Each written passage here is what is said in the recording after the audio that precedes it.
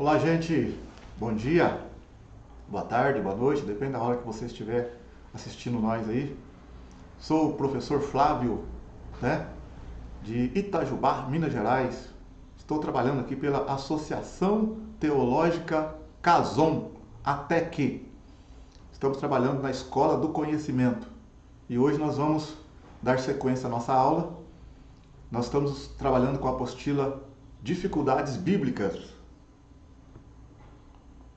Dificuldades bíblicas. Já fizemos uma introdução, né, na aula passada e agora vamos dar sequência à nossa aula, tá bom?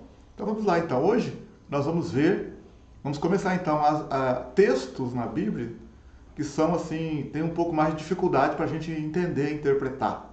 Essa aqui é a nossa apostila, a nossa matéria, tá bom? Então tem ali em torno de 41 textos mais ou menos para a gente estudar. Nós vamos começar hoje então, tá? Texto número 1, primeira dificuldade bíblica, tá? Nós vamos trabalhar isso agora. Vamos começar. Então, primeira dificuldade bíblica. Gênesis capítulo 1, versículo 1. Lá está escrito: no princípio criou Deus os céus e a terra. E a terra era sem forma e vazia. E o Espírito de Deus, havia trevas sobre a face do abismo, e o Espírito de Deus pairava sobre a terra. Pairava sobre a face das águas. E disse Deus: haja luz, e houve luz. Então qual que é a nossa primeira dificuldade aqui? A nossa primeira dificuldade aqui é o seguinte, ó. Como o autor de Gênesis podia saber o que aconteceu na criação antes mesmo de ele, quer dizer, o autor, o escritor, né, quem escreveu o Gênesis, antes de ele haver sido criado? Aqui é o seguinte, é porque se o homem foi criado no Gênesis capítulo 2, né, ou como queira, no Gênesis 1, 27, 28 ali, mas na verdade no Gênesis 2 vai mostrar as minúcias, né, de como que o homem foi criado. Tem gente que ainda pensa assim, Deus criou o homem no Gênesis, capítulo 1, verso 26, né? No Gênesis, capítulo 1, né? Porque está escrito aqui, no Gênesis, capítulo 1, verso 26.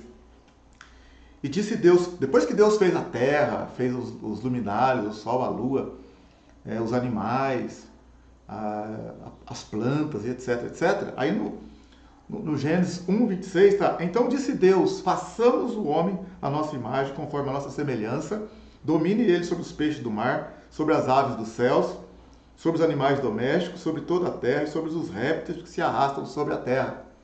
Assim Deus criou o homem à sua imagem, a imagem de Deus o criou.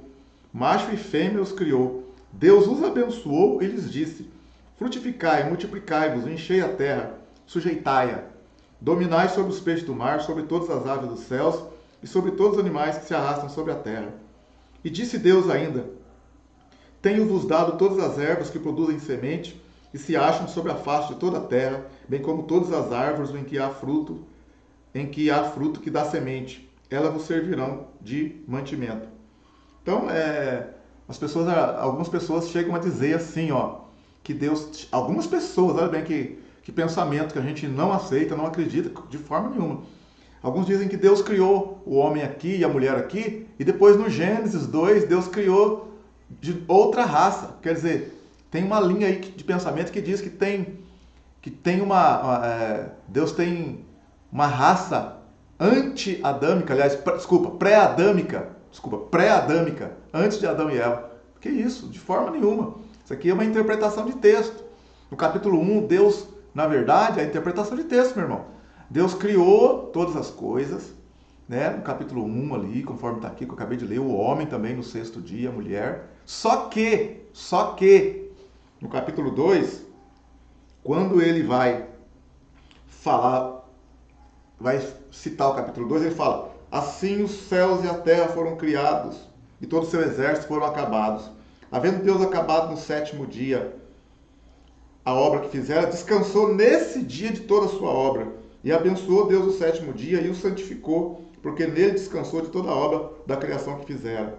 Estas são as origens dos céus e da terra quando foram criados. No dia em que o Senhor Deus fez a terra e os céus, não havia planta. Aí vai falar, né? Depois no versículo 7, capítulo 2, verso 7. Formou o Senhor Deus o homem do pó da terra e soprou-lhe nas narinas e fôlego de vida, e o homem tornou-se alma vivente. Isso está no capítulo 2, verso 7. Depois no capítulo 2, verso 18, ele vai falar, não é bom que o homem esteja só. E ali então vai falar sobre como que a mulher foi criada. Então tem gente que fala assim, não, Deus criou uma raça antes de Adão, no Gênesis 1, 26, 27, 28 ali. Depois ele criou uma outra raça, com Adão para frente. Negativo, gente, que isso? Interpretação de texto. No capítulo 1, Deus fala como que foi criada as coisas, inclusive o homem. No capítulo 2, ele vai detalhar como que aquelas coisas, principalmente o homem foi criado. Ele vai dar os detalhes. Você quer um exemplo? Vamos supor que você vai escrever um livro. Aí um dia, lá no capítulo do livro, você fala assim, ó. Dá um exemplo. Dando um exemplo bobo, gente, bobo. Você fala assim, ó. E no dia de sábado eu acordei de manhã e limpei a minha casa. E depois eu saí, fui passear, fui no parque, etc, etc. À tarde eu fiz isso, fiz aquilo e tal. Quando foi de tardezinha eu fiz um café e tal. E você faz isso no capítulo... Você está escrevendo um livro, você escreveu tudo isso no capítulo 1. Aí no capítulo 2 você fala assim, você fala assim, quando eu fui limpar a minha casa, eu tirei o sofá, eu tirei o tapete, eu fiz assim, limpei primeiro o quarto, depois a sala e tal, e tal, e tal. Aí você, foi assim que eu fiz a minha limpeza. Quer dizer, no capítulo 1 você falou de forma geral, e no capítulo 2 você vai detalhar como que você fez determinada coisa que você quer dar um detalhe. Por exemplo, aqui no capítulo 1, Deus falou como foram criadas o sol, como que foi criada a terra, como houve a separação das águas, como foi criado os luminares, as estrelas, os animais. Aí Deus fala no capítulo 1 que ele criou o homem, a mulher, de acordo com a semelhança dele, com a imagem dele. Mas no capítulo 2, a partir do verso 4, e principalmente no verso 7, ele vai mostrar como, em detalhes, como que o homem foi feito. O mesmo homem lá do Gênesis 1, 26, o mesmo homem. Só que ele vai detalhar como que ele fez esse homem e também como que ele fez essa mulher, né, do Gênesis 1, 26. Tá ok? Vamos continuar aqui. Então, a nossa primeira dificuldade aqui está dizendo assim, como, né? Eu acabei falando isso um pouco para vocês, mas a dificuldade, na verdade, é essa. Como o autor do Gênesis podia saber o que aconteceu na criação antes mesmo dele haver sido criado? Quer dizer, eu mostrei para você que o homem foi criado depois da criação. Quer dizer, Adão, Eva, depois, né, os filhos de Adão, depois lá veio Noé, depois de muitos anos veio Noé, veio o dilúvio, depois veio a geração depois do dilúvio, né, com os filhos de Noé. Noé teve 3 filhos, né? Noé, a sua esposa, 3 filhos e 3 noras, 8 pessoas que saíram na arca, mais os animais. Veio o dilúvio sobre toda a terra. Isso depois de muitos anos, mais de 1.600 anos depois que Deus criou Adão e Eva, criou o primeiro casal. Então, muita gente morreu no dilúvio, só ficou, no caso, o Noé, sua esposa, seus 3 filhos e as suas 3 noras. E depois foi multiplicando de novo, cresceu de novo.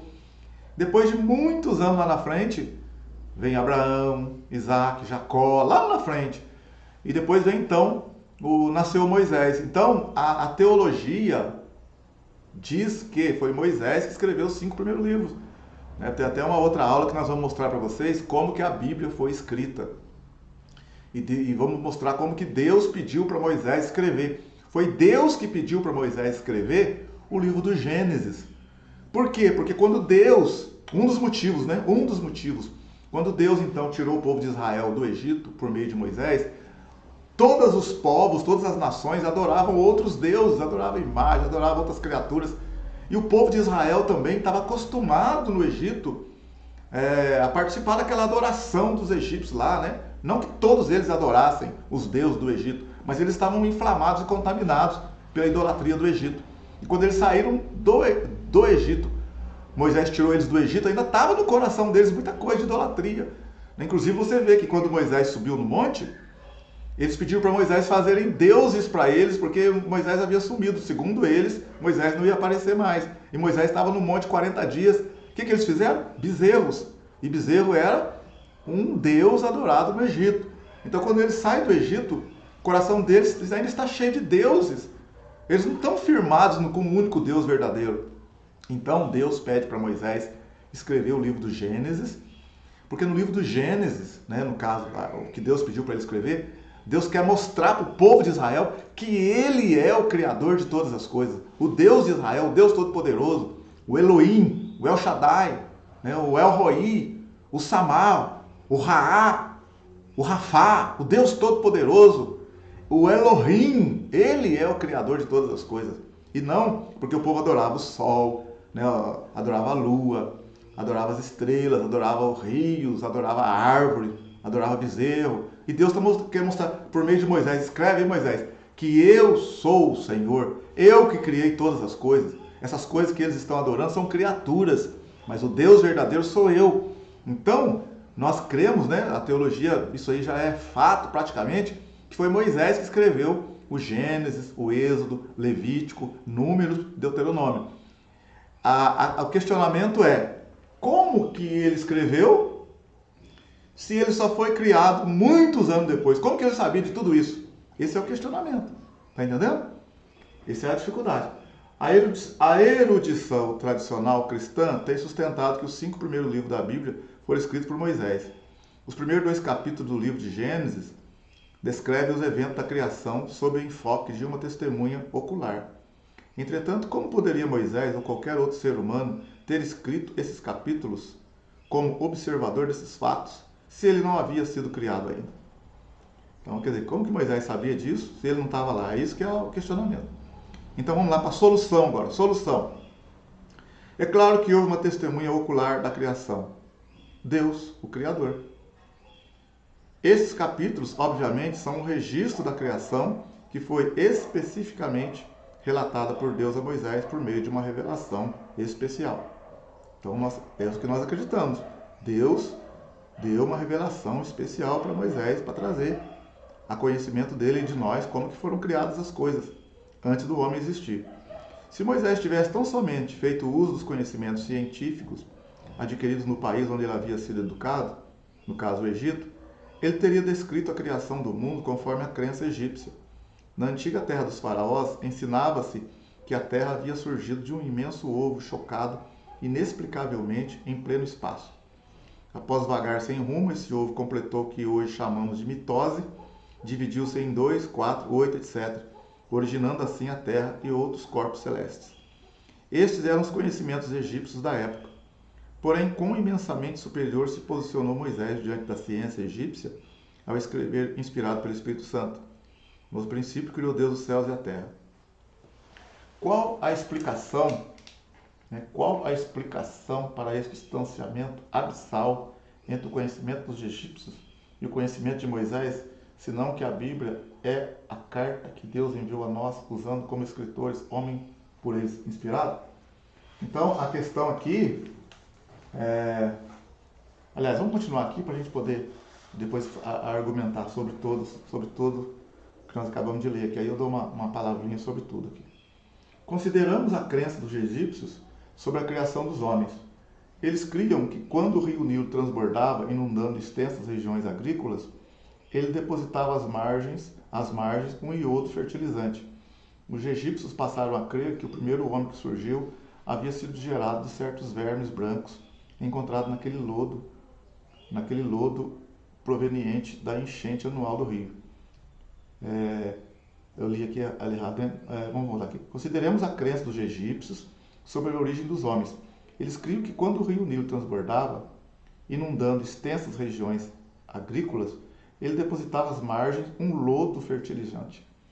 Os egípcios passaram a crer que o primeiro homem que surgiu havia sido gerado de certos vermes brancos encontrados naquele lodo proveniente da enchente anual do rio. Tendo Moisés sido educado em toda a ciência dos egípcios, Atos 7, 22, o lógico seria ele fazer uso de tais crendices ao escrever sobre o aparecimento do homem sobre a face da terra. Mas o que escreveu Moisés? Então formou o Senhor Deus ao homem do pó da terra, ele soprou nas narinas o fôlego de vida e o homem passou a ser alma vivente. Gênesis 2:7. Os altos conhecimentos científicos dos egípcios acerca da origem do homem são hoje vistos como infantilidades, tolices. Porém, nenhum astrólogo conseguiu até hoje apresentar qualquer argumento que provasse um mínimo de erro sequer no que afirmou Moisés. Ora, quem teria inspirado o grande legislador a escrever verdades imensas e eternas, a não ser o próprio Senhor, o Deus que conhece todas as coisas? Então aqui é o seguinte, gente, só uma explicação, só na leitura aqui você já captou o que está querendo dizer. Mas aqui é interessante, Moisés foi que escreveu o livro do Gênesis. Mas como que ele escreveu se ele não estava lá? Então nós cremos, né, que foi Deus que trouxe essa revelação para ele. E interessante é o seguinte, que Moisés, se você ler em Atos capítulo 7, Moisés ele foi educado em toda a ciência dos egípcios. Ele foi educado na ciência dos egípcios. Olha que coisa interessante. Quando Estevão está testemunhando, se defendendo ali em Atos capítulo 7, ele fala sobre Moisés. E ele fala aqui, ó, para você ver aqui, eu vou mostrar para você me acompanhar na leitura. Tá? Para você me acompanhar aí. Tá bom? Olha pra você ver, ó. Ó.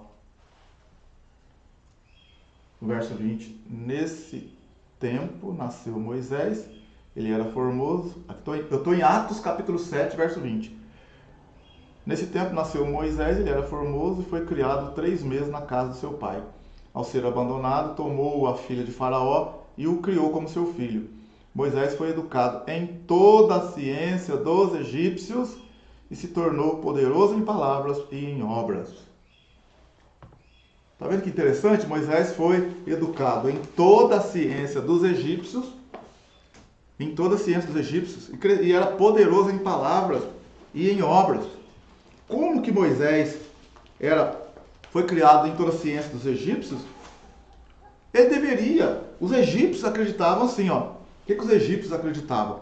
Os egípcios acreditavam que, como que foi criada a Terra, o universo e tal, eles acreditavam que um imenso ovo, né, surgiu no espaço, e esse ovo, vagando no espaço, ele foi se dividindo, e formou a Terra e os outros planetas.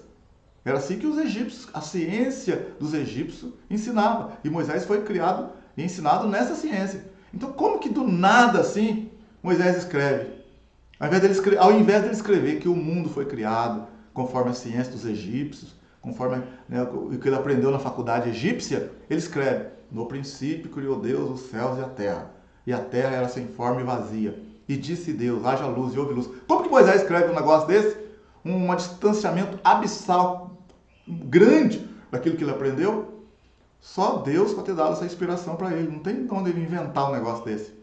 Outra coisa também, os egípcios acreditavam que o homem havia sido formado de um lodo que aparecia ali nas margens do rio Nilo, quando o rio Nilo transbordava. De uns vermes ali, que o homem foi criado a partir daquele lodo, né, à beira do rio Nilo. Então a ciência egípcia ensinava assim. Moisés, acabei de ler para vocês, em Atos 7, verso 20, 21, 22, que Moisés foi criado educado em toda a ciência dos egípcios. Então ele deveria ter escrito, se fosse naturalmente falando, ele deveria ter escrito da maneira que ele aprendeu na faculdade dele egípcia. Mas o que ele escreve? Deus formou o homem do pó da terra e soprou nas suas narinas. Olha bem que coisa, que distanciamento. Então, meu querido, nós cremos que Moisés não estava fisicamente presente quando Deus criou todas as coisas, mas Deus deu uma revelação para ele, uma inspiração para ele. Ok? É assim que nós cremos. Vamos para a segunda dificuldade agora aqui. Segunda dificuldade.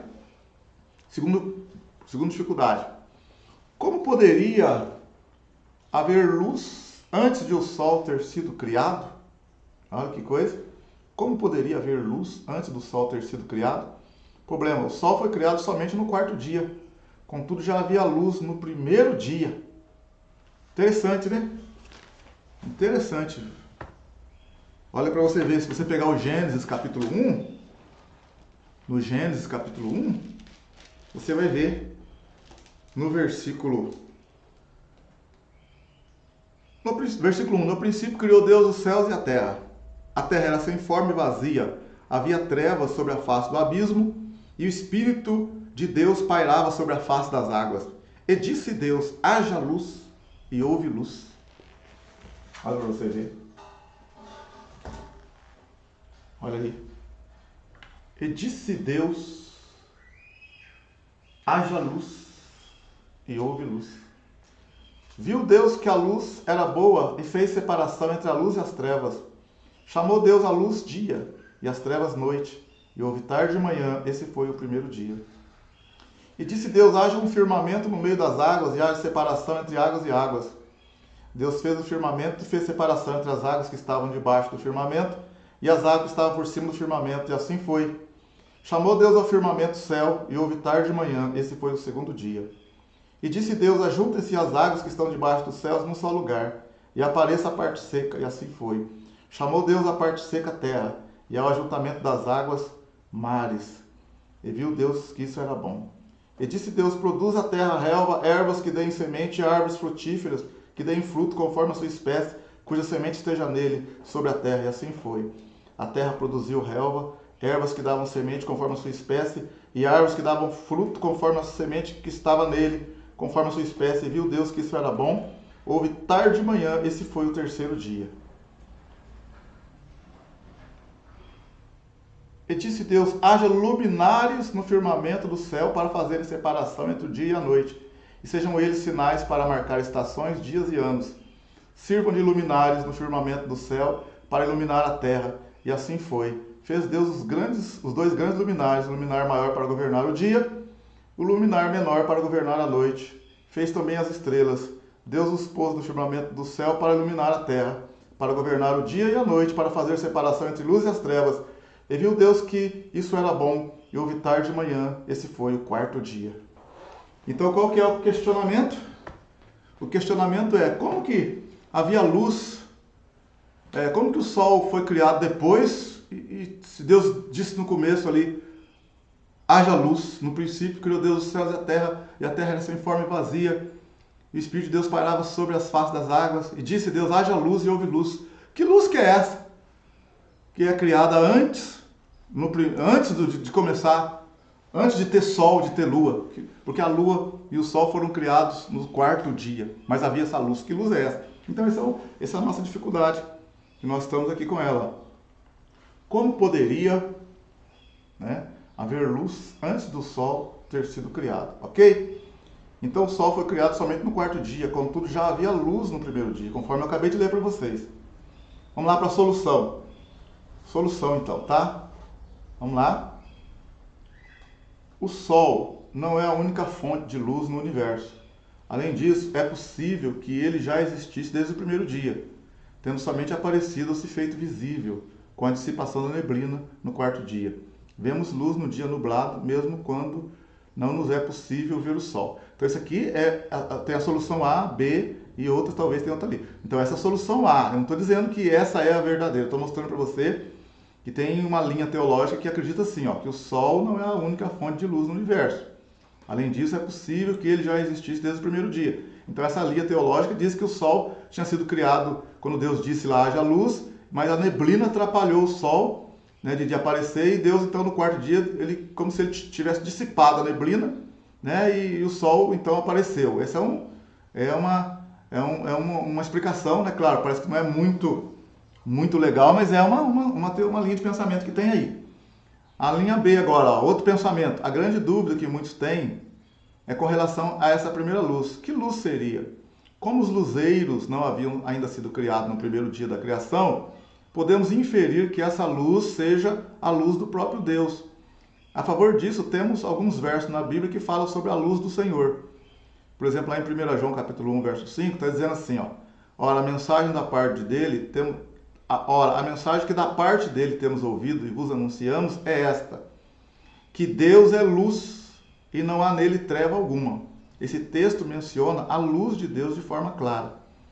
Um outro texto muito interessante a respeito disso é Apocalipse 22:5, quando relata sobre o paraíso preparado por Deus aos seus servos.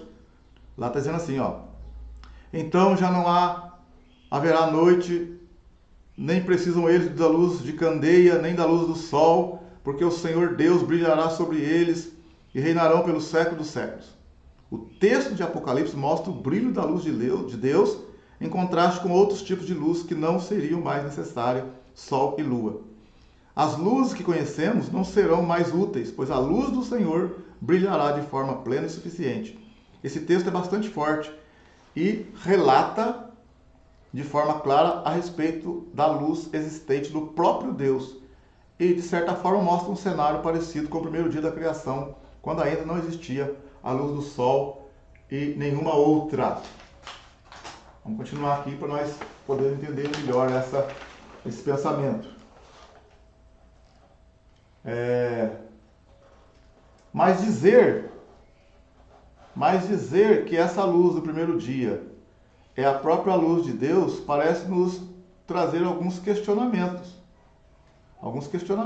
Por que Deus disse, haja luz? A luz dele não existia até aquele momento? Mas Deus e seus atributos não são eternos como foram criados? Mas Deus e seus atributos não são eternos? Como foram criados? Para respondermos a esse questionamento, podemos avaliar a palavra haja, no hebraico é ayah. Além do significado da criação que já conhecemos, essa palavra também pode significar aconteça, apareça, ou seja, não necessariamente essa luz do primeiro dia teria de ser uma criação de algo que não existia. Deus poderia estar dizendo ali simplesmente que sua luz aparecesse de forma visível e contrastasse com as trevas, fazendo uma separação aparente que serviria de modelo para o dia e a noite posteriormente marcados pela ação dos luzeiros criados. Desta forma, a hipótese mais provável é que a luz do primeiro dia tenha sido realmente a luz do próprio Deus. Se essa hipótese não for verdadeira, então fica a pergunta, que luz poderia ser essa, se não a luz do próprio Senhor? Onde poderia haver tamanha luz naquele momento, capaz de provocar uma separação entre luz e trevas, se não no próprio Criador de todas as coisas? Então, meu querido, essa segunda hipótese é a que tem mais sentido, mais fundamento. É quando ele fala que a palavra, para nós, a tradução da palavra haja luz, né?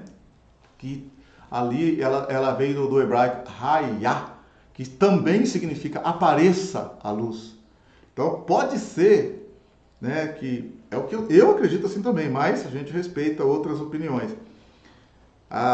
Que aquela luz ali é a luz do próprio Deus. Ela não foi criada, porque Deus é eterno. Então, ela já estava em Deus ali, Deus apenas disse para ela aparecer. Porque se você olhar no Apocalipse, conforme eu acabei de ler ali, mas ressaltando aqui, quando Deus permitir, com a graça dele, nós estivermos com o Senhor e acontecer os novos céus e nova terra, lá no Apocalipse capítulo 22, está escrito assim, no verso 1, então me mostrou o rio da água da vida, claro como cristal, que procedia do trono de Deus e do Cordeiro. No meio da sua praça, em ambas as margens do rio, estava a árvore da vida que produz 12 frutos, dando seu fruto de mês em mês, e as folhas da árvore são para a cura das nações. Ali nunca mais haverá maldição, nela estará o trono de Deus e do Cordeiro, e os seus servos o servirão, e verão a sua face, e na sua testa estará o seu nome. Olha agora para você ver, coisa interessante aqui, também para você me acompanhar aí.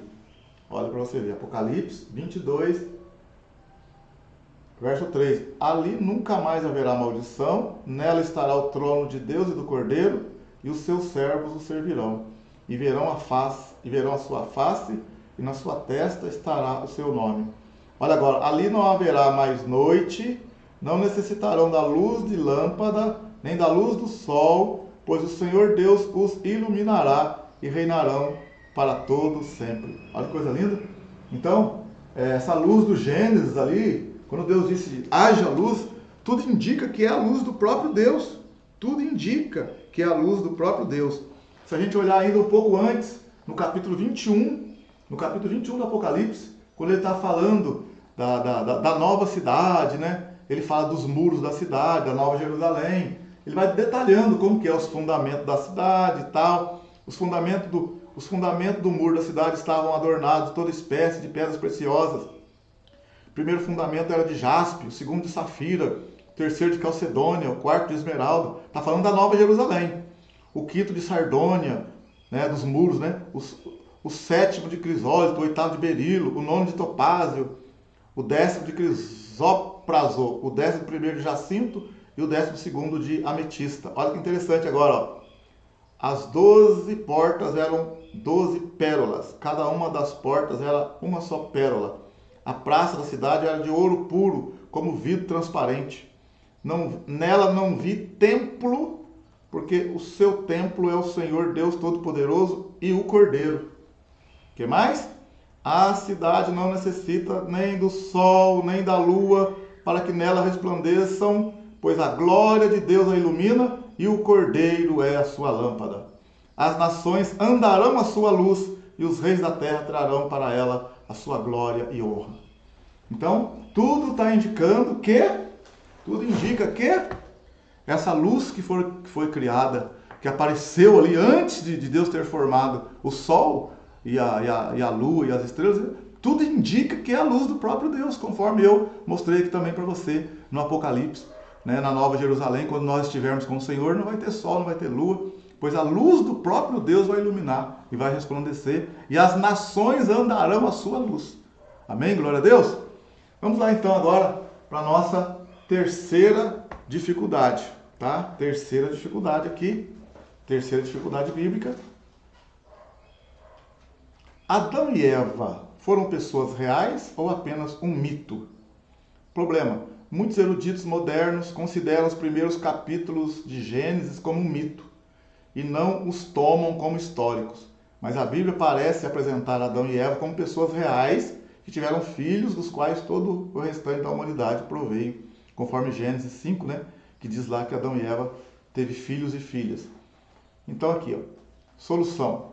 Há uma boa evidência para crermos que Adão e Eva tenham sido pessoas reais.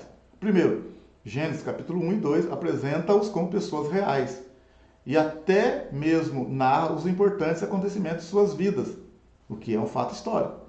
Segundo, eles tiveram filhos que foram pessoas reais, que também tiveram filhos reais, né? Terceiro, a mesma frase, são essas gerações de, usada para registrar dados históricos posteriores, né? Lá no Gênesis 6, no Gênesis 9, 10, no Gênesis 11, no Gênesis 17, é empregada com respeito a Adão também, no Gênesis 5. Quarto, cronologias posteriores do Antigo Testamento colocam Adão no topo da lista.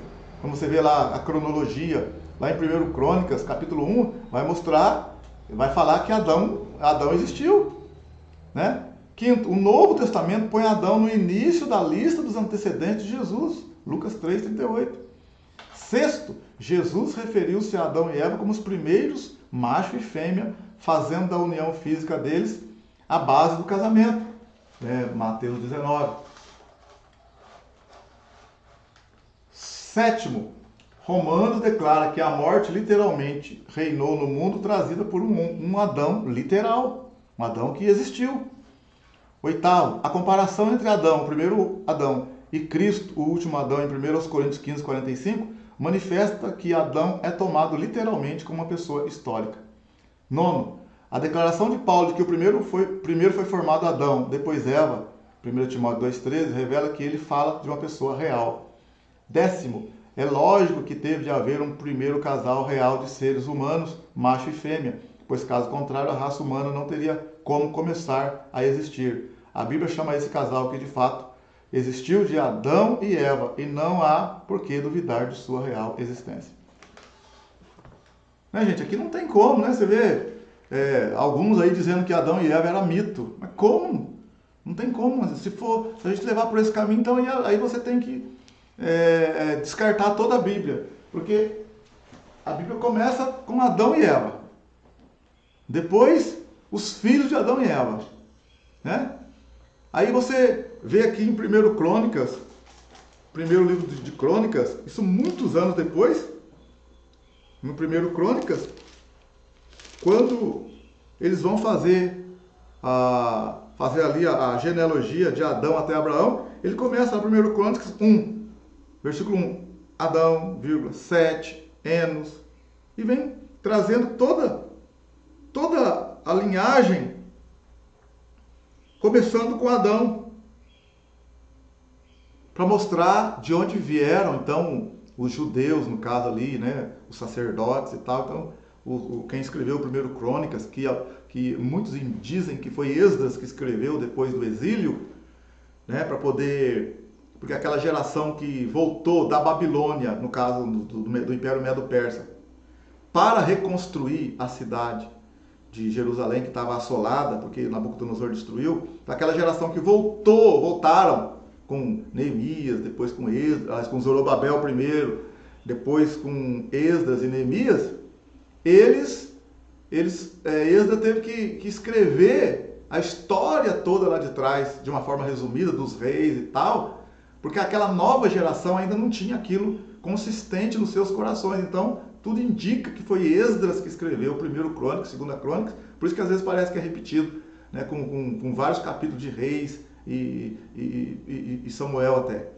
Né? Então, por quê? Porque aquela nova geração precisava saber dos acontecimentos anteriores e acreditar que o Deus Todo-Poderoso havia permitido que eles tivessem sido levados para a Babilônia e também havia permitido que eles voltassem novamente para reconstruir o templo, porque Deus tinha, no caso, promessas para Israel, ainda tem, a gente sabe. Mas Esdras teve que escrever, se de fato ele escreveu o que nós acreditamos, para aquela geração nova, para eles poderem olhar e falar, tal, porque Esdras era o doutor da lei na época ali, que incentivou o povo a buscar o Senhor. Mas o que eu quero mostrar para você aqui, em 1 Crônicas, ele fala de Adão. Se você olhar aqui no livro de Mateus, né, o livro de Mateus aqui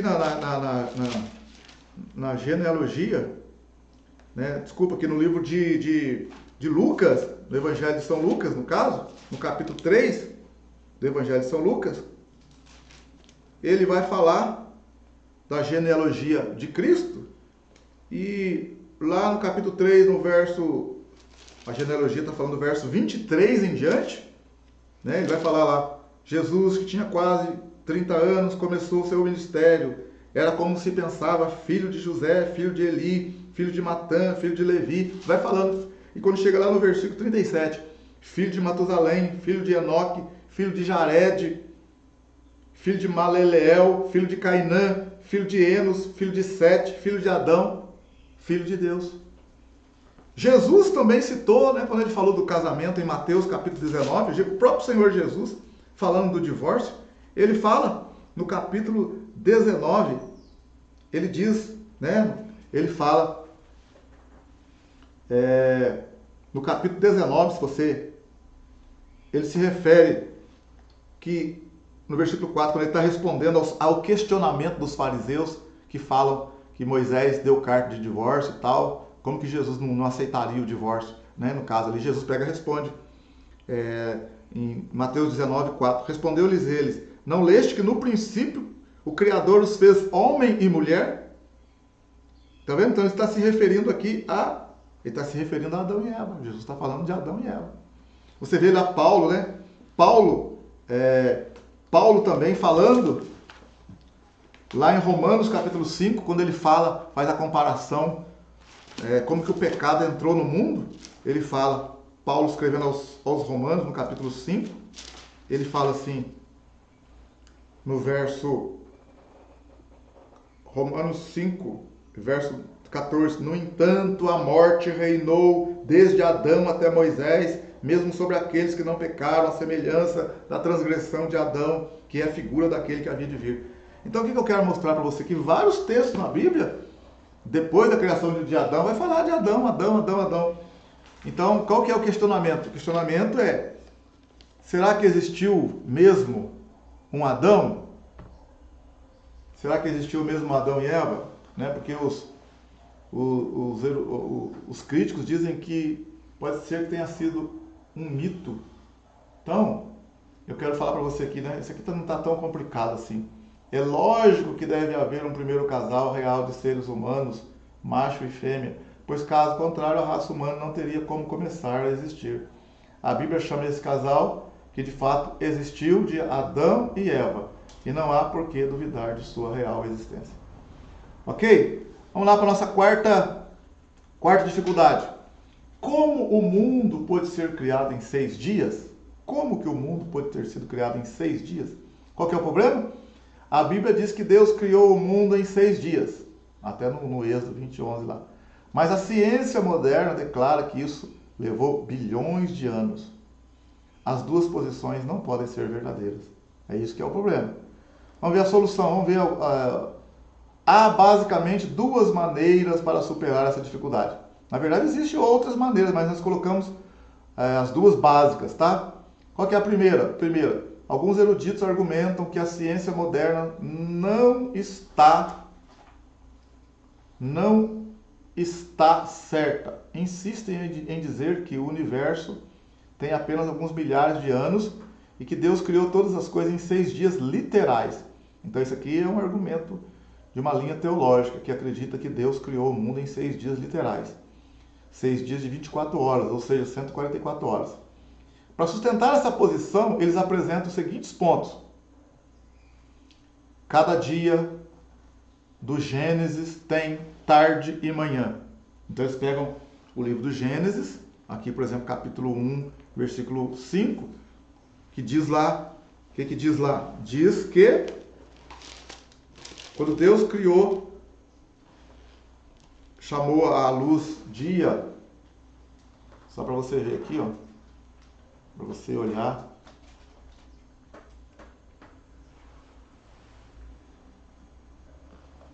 Aqui.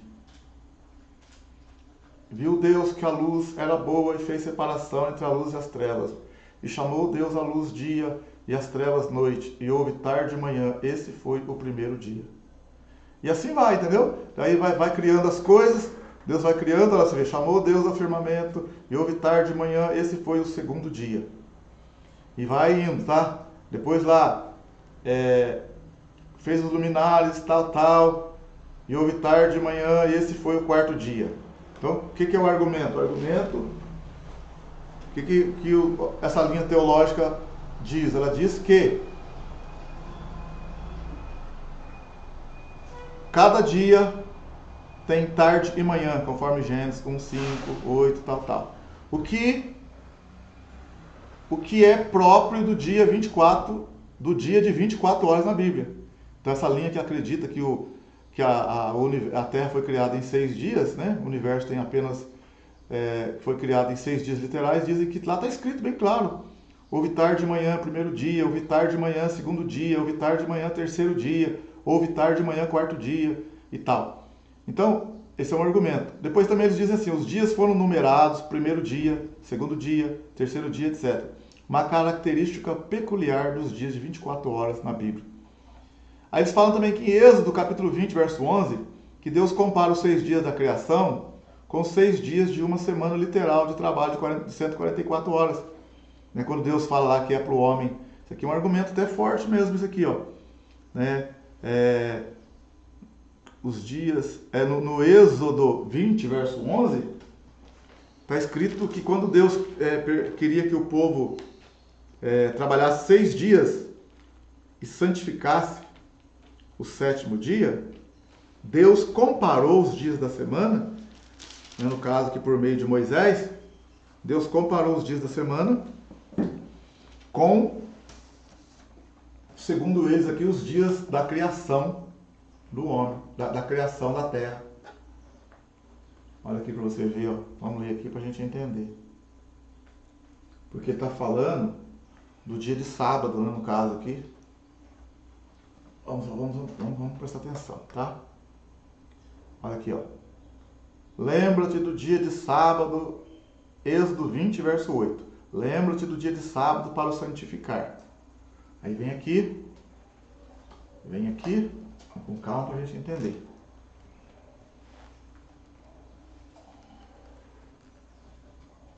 Seis dias trabalharás e neles fará toda a sua obra. Mas o 7º dia é o sábado do Senhor, o teu Deus. Não farás nenhum trabalho, nem tu, nem o teu filho, nem tua filha, nem o teu escravo, nem a tua escrava, nem o teu animal, nem o estrangeiro que está dentro das tuas portas. Pois em 6 dias fez o Senhor os céus, a terra, o mar e tudo que neles há, mas ao 7º dia descansou. Por isso abençoou o Senhor o dia de sábado e santificou. Está vendo aqui? Então, quando Moisés faz essa comparação, pois em 6 dias fez o Senhor o céu e a terra, o mar e tudo que neles há, mas ao 7º dia descansou. Por isso abençoou o Senhor o dia de sábado e o santificou. Então, esse é um argumento forte, né? E é um argumento bem forte de que essa linha de pensamento tem ao dizer que o mundo foi criado em 6 dias de 24 horas. Tá? Tá bom, vamos lá aqui. 4. A evidência científica que suporta uma idade jovem da Terra, no caso de milhares de anos para a Terra. Quer dizer, eles dizem que a Terra, essa linha de pensamento aqui, né, que é o primeiro ponto nosso aqui, acredita que a Terra não tem bilhões de anos, como os cientistas dizem, mas tem milhares de anos e que a Terra foi feita em 6 dias literais. Eles ainda dizem assim, ó, não haveria como a vida sobreviver milhões de anos do dia 3 do Gênesis 1:11 ao dia 4º, porque não tinha lua. Ele está falando assim, então, que se não são 6 dias literais, do Gênesis capítulo 1, verso 11, ao Gênesis capítulo 1, 14, como que ia haver a sobrevivência, é isso que ele está querendo dizer, do que Deus criou ali naquele momento, pois era necessário que tivesse a lua, para poder amenizar aí a questão das estações, né? Ele está querendo dizer aqui, ó, vou ler para você, para a gente poder entender. Ele está querendo dizer o seguinte, ó, esse argumento aí, né? Está querendo dizer o seguinte. Vamos lá, para a gente captar a linha de pensamento. Olha bem. Verso 11, Gênesis 1:11.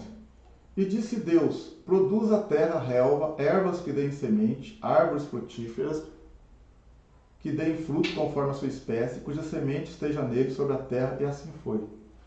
A terra produziu relva, ervas que davam semente conforme a sua espécie, e árvores que davam fruto, cuja semente estava nele conforme a sua espécie. E viu Deus que isso era bom. E houve tarde e manhã, esse foi o 3º dia. Então você está vendo aqui, esse argumento está dizendo que a terra produziu relva, ervas que davam semente conforme a sua espécie e tal, que davam seu fruto e a semente estava nele e tal. Que o que Deus criou aqui, as árvores frutíferas, elas reproduziram, é isso que está querendo esse argumento, que crê que a terra foi criada em 6 dias.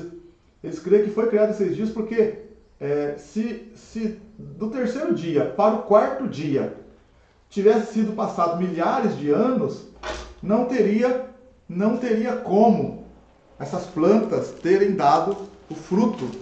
É isso que ele está querendo dizer. Não teria como essas plantas terem dado fruto. Porque o Sol e a Lua foi criado no 4º dia. E era necessário ali, então, a questão das estações, né, da primavera, outono, verão, inverno, para poder funcionar também. Né? Tanto é que Deus, no verso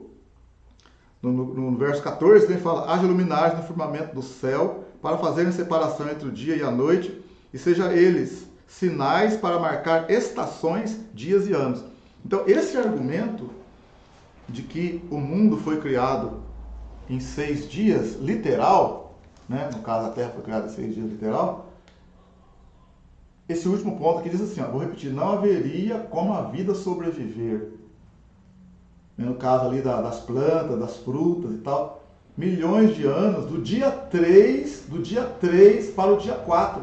Imagina bem, se cada dia tem milhares de anos, está querendo dizer o seguinte, ó, no dia 3 foram criados as árvores, os frutos e tal. Como que eles sobreviveriam sem ter as estações? Porque a Lua e o Sol foi criado só no 4º dia. Então, esse argumento de que o mundo foi criado, a Terra foi criada em 6 dias, eles dizem que era impossível sobreviver essa plantação, esses frutos, se fosse milhões de anos sem ter lua e sem ter sol. Então eles acreditam que foi realmente um dia de 24 horas que Deus criou, e depois no outro dia criou o sol, e para poder então sobreviver e dar sequência à vida, né, dos frutos, das sementes, etc. Então esse é o ponto número 1, gente. Que acredita que o mundo foi criado em 6 dias. Um argumento muito forte, com certeza. Vamos ver agora também aí a segunda linha da teologia. Olha aí, a segunda linha. Outros eruditos da Bíblia afirmam que o universo pode ter bilhões de anos sem que com isso se esteja sacrificando o entendimento literal de Gênesis 1 e 2. Qual que é o argumento? Vamos ver o argumento? Eles argumentam o quê? Vamos ver. Então agora o outro pensamento. O que eles argumentam? Vamos lá? Vamos lá. Vamos ver esses argumentos como que são. Os dias de Gênesis 1 podem ter sido um período de tempo antes da contagem dos dias ou um intervalo de tempo entre os dias. Então ele está dizendo assim, ó, que os dias de Gênesis capítulo 1 pode ter tido um período de tempo antes da contagem dos dias, ou pode ter um intervalo, eles acreditam que tem um intervalo entre os dias.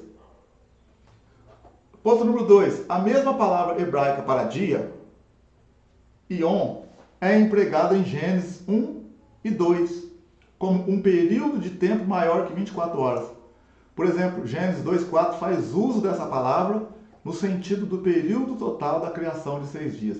Isso aqui é interessante, esse ponto aqui mesmo, você vê, ó. Esse ponto aqui também é interessante. Por quê? Porque ele está querendo dizer o seguinte, ó. A palavra dia, quando Deus fala assim, ó, vou explicar essa parte aqui para vocês. Ó. Ele está querendo dizer que a palavra Yom, que é a palavra hebraica para dia, aqui no Gênesis 1, quando Deus fala assim, houve tarde e noite, houve tarde, vamos ver aqui, houve tarde e manhã, esse foi o primeiro dia. Houve tarde e manhã, foi o segundo dia. Aí Deus criou mais algumas coisas. Houve tarde e manhã, foi o terceiro dia. Aí Deus criou os luminares, o sol e a lua. Houve tarde e manhã, o quarto dia. Então eles dizem assim, ó, que essa palavra, ou dia, ela também é aplicada no Gênesis capítulo 2, ó. Então é interessante, ó. Vou voltar aqui de novo. Deus criou cada coisa e foi falando, houve tarde e manhã, primeiro dia. Depois ele criou outras coisas, houve tarde e manhã, segundo dia. Depois ele criou outras coisas, houve tarde e manhã, terceiro dia. Então esse argumento de que, essa linha de pensamento que acredita que não são dias de 24 horas, mas são muitos anos, cada dia representa muitos anos e não 24 horas, eles dizem que essa mesma palavra dia está também no Gênesis capítulo 2, vou mostrar para você aqui, está no Gênesis capítulo 2,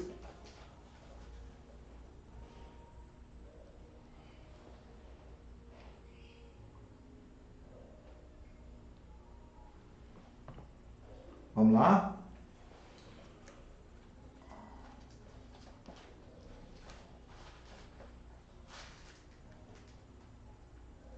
Olha aqui para você ver. Gênesis 2. Assim os céus e a terra e todo o seu exército foram acabados. Havendo Deus acabado no sétimo dia a obra que fizera, descansou nesse dia de toda a sua obra. E abençoou Deus o sétimo dia e o santificou, porque nele descansou de toda a obra da criação que fizera. Estas são as origens dos céus e da terra quando foram criados, no dia em que o Senhor Deus fez a terra e os céus. Então está dizendo assim, ó, no dia em que o Senhor Deus fez a terra e os céus. Então ele está querendo dizer o seguinte, que a mesma palavra dia, por exemplo, quando Deus fala aqui, ó, no 31, viu Deus tudo que tinha feito e que era muito bom e houve tarde e manhã, esse foi o sexto dia. Se esse dia de 24 horas, como que aqui ele fala no dia em que o Senhor Deus fez a terra e os céus? Ele está querendo dizer que depois que Deus criou tudo, ó, e abençoou Deus o sétimo dia, o santificou, porque nele descansou de toda a obra da criação que fizera.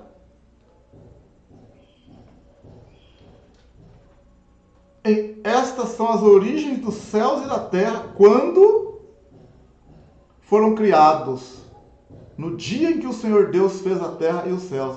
Ele está querendo dizer assim, que a mesma palavra que Deus usou lá para falar que o dia, ele criou o homem, criou o sol, criou a lua, ele criou todas as coisas, é a mesma palavra, então não pode ser dia de 24 horas. Então esse é um dos argumentos que esse grupo usa para dizer que não é dia de 24 horas, mas é um período maior.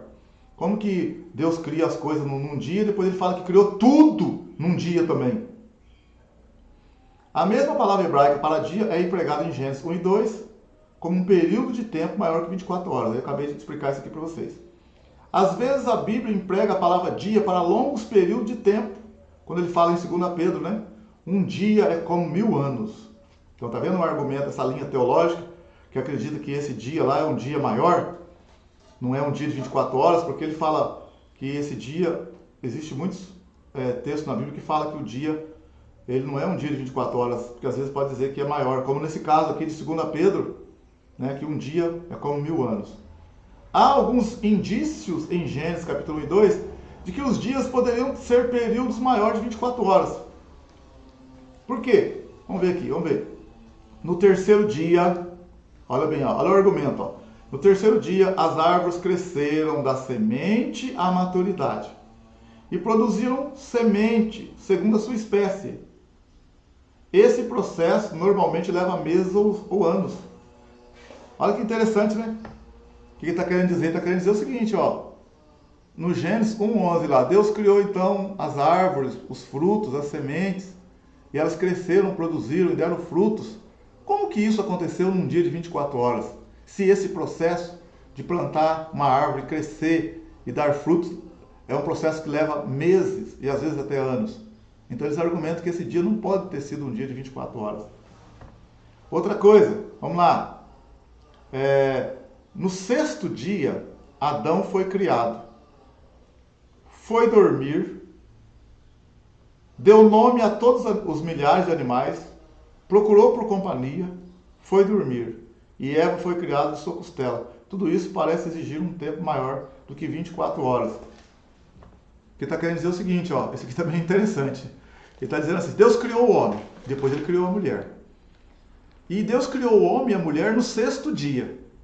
Olha que interessante. Então, Adão, quando Deus criou Adão, ele está querendo dizer, Deus criou Adão, Adão cuidou do jardim do Éden, né? Cuidou do jardim do Éden. Adão deu nome para todos os animais, que eram muitos animais. E aí, a Bíblia diz assim, e viu Deus que não é bom que o homem esteja só. Então, se é um período de 24 horas, será que em 24 horas o homem fez tudo isso?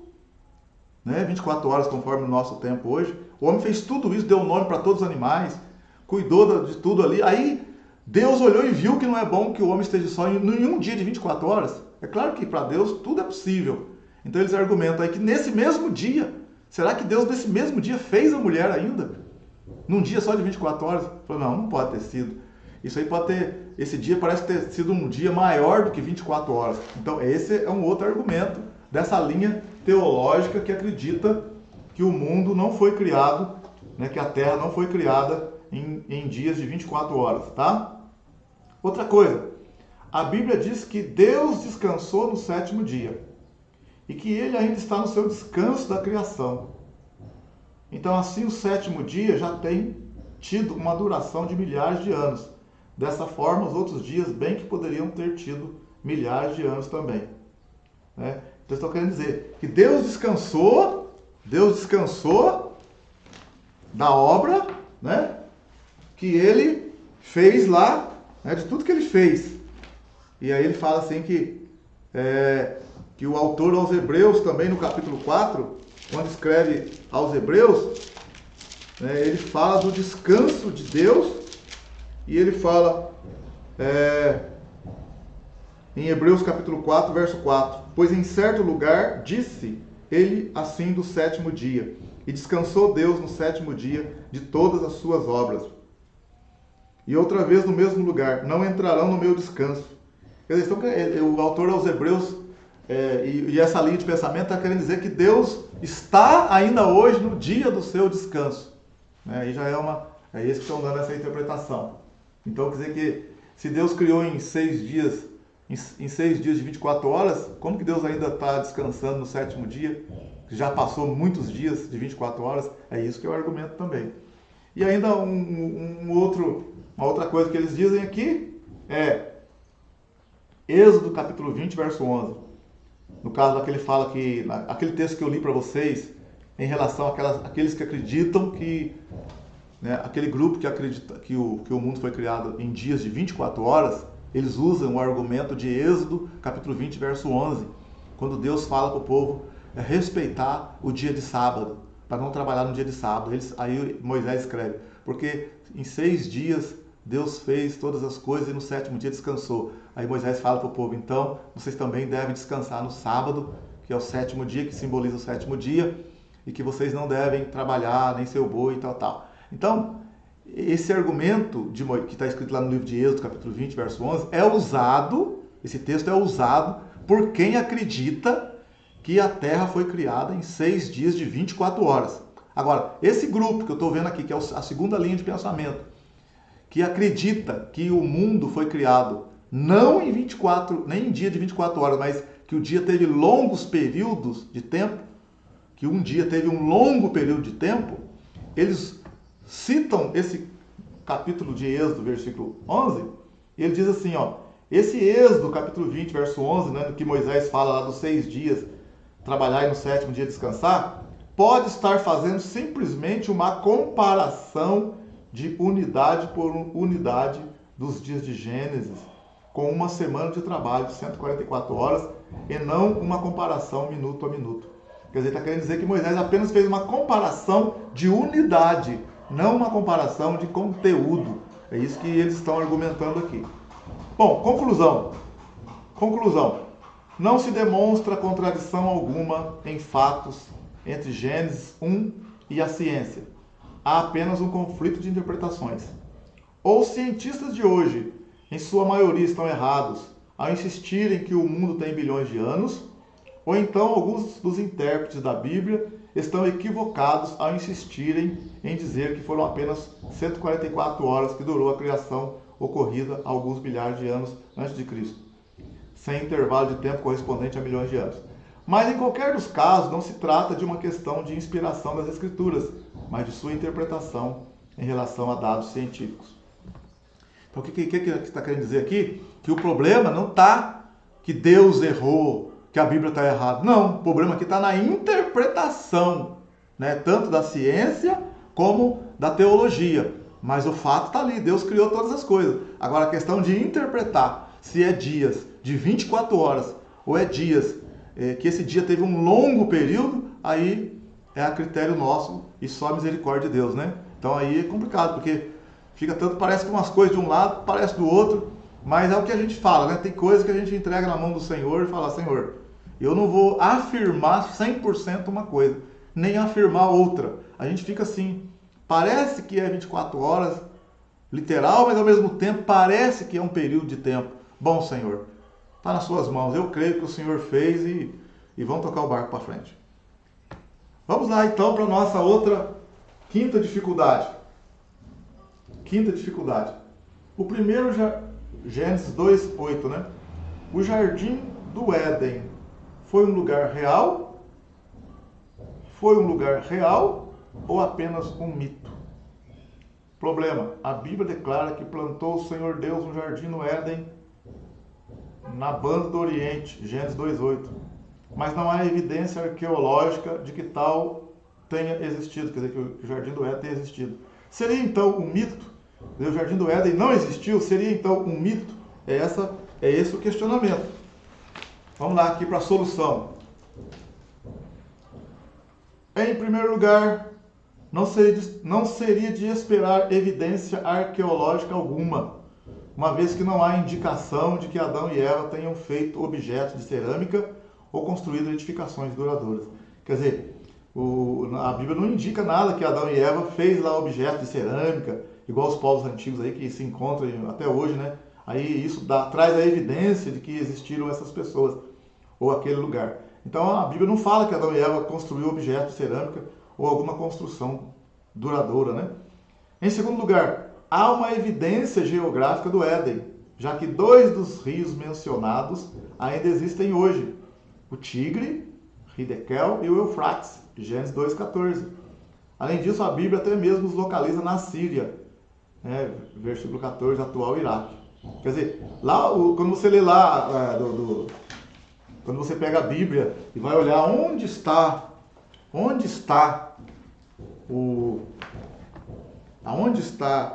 situado o Jardim do Éden, no Gênesis capítulo 2,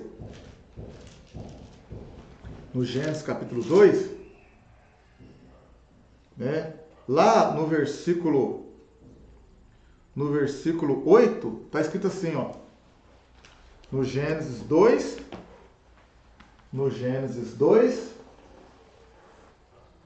versículo 8. Interessante, ó. Plantou o Senhor Deus um jardim no Éden, a oriente, e pôs ali o homem que tinha formado. E o Senhor Deus fez brotar da terra toda espécie de árvores agradáveis à vista e boas para a comida, bem como a árvore da vida no meio do jardim e a árvore do conhecimento do bem e do mal. Saía um rio do Éden para regar o jardim, dali se dividia e se tornava em 4 braços. O nome do primeiro é Pison, este é o que rodeia toda a terra de Avilá, onde há outro. O ouro dessa terra é bom, ali há o bidélio e a pedra de ônix. O nome do segundo rio é o Gion, este é o que rodeia toda a terra de Cush. O nome do terceiro rio é o Tigre, esse é o que corre pelo oriente da Síria, e o quarto rio é o Eufrates. O Senhor Deus tomou o homem e o pôs no jardim do Éden para o lavrar e o guardar. Então, interessante aqui é que aqui está a formação do jardim do Éden, né? E aqui os rios, os braços de rios que passam ali onde está o jardim do Éden. E 2 desses rios existem até hoje, lá na Mesopotâmia, né? Que Mesopotâmia é a terra entre os rios, entre o Tigre e o Eufrates. Hoje, existem os 2 rios mencionados aqui. Agora, os outros rios, já não se sabe a localização até hoje dos outros 2 rios. Mas o rio Tigre e Eufrates, que regavam ali, que passavam no Jardim do Éden, existe até hoje. Então, realmente, aqui o Jardim do Éden tem um mistério, né? A gente não sabe, ninguém sabe como que aconteceu, não sei, né? A Bíblia fala que ali foi, no Jardim do Éden estava a árvore, no Jardim do Éden estava a árvore do conhecimento do bem e do mal, bem como a árvore da vida. Mas quando o homem pecou, eles foram expulsos do jardim. Então vai que o jardim no homem não tem como achar o jardim hoje. Não tem como. Hoje não tem como achar o jardim, né? Assim, digo literalmente, né? Porque o homem foi expulso, então realmente é um ponto de interrogação. Agora, a árvore da vida, nós sabemos que ela representa a pessoa do Senhor Jesus, né? E lá na glória nós vamos ver essa árvore, né? O rio da vida, a árvore da vida, 100% com certeza. Mas vamos lá então. Nós podemos concluir aqui.